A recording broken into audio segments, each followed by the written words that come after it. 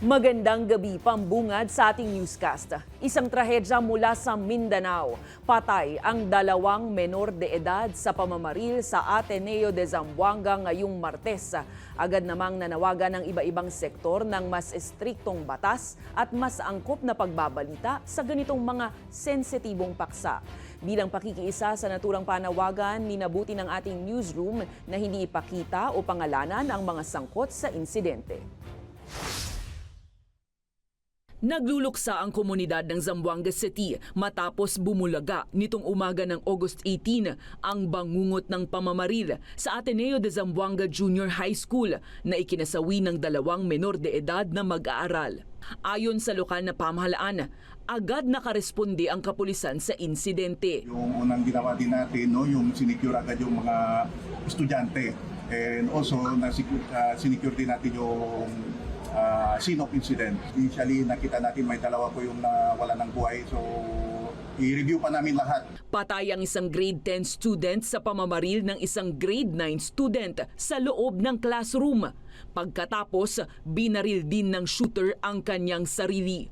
Tiniyak naman ng universidad ang kaligtasan ng mga mag-aaral at personel na agad inilikas sa mas malayong campus. We recognize that this incident could cause a lot of deep concern and worry for our parents, the families, the guardians, for the students, their loved ones whom we've entrusted to us. We are very saddened by this incident and we are sure the community, not only the Ateneo but even our schools, that stronger measures are being done to protect you. Agad ipinag-utos ng Malacanang ang masinsinang investigasyon. We grieve with the families and the entire Ateneo de Zamboanga community over a tragedy that should never have happened.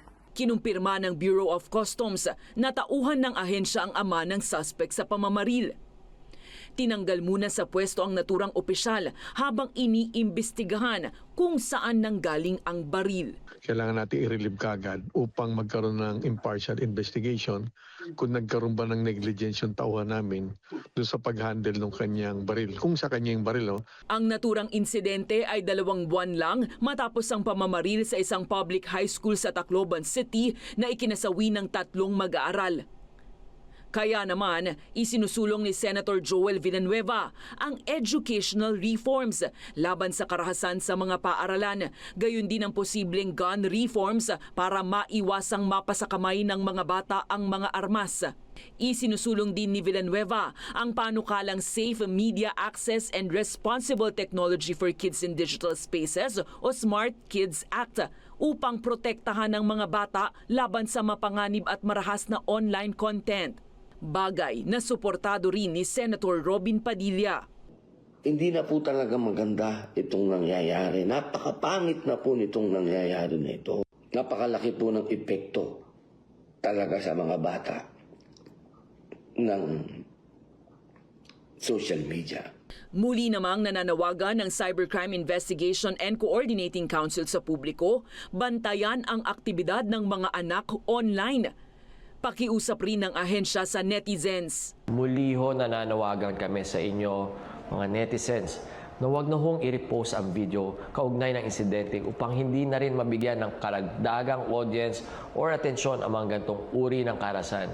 Nakikipag-ugnayan na ang CICC sa social media platforms para sa agarang pagtatanggal ng videos na may kinalaman sa insidente upang hindi na patuloy na kumalat at magdulot ng panik o maka-impluwensya pa sa iba.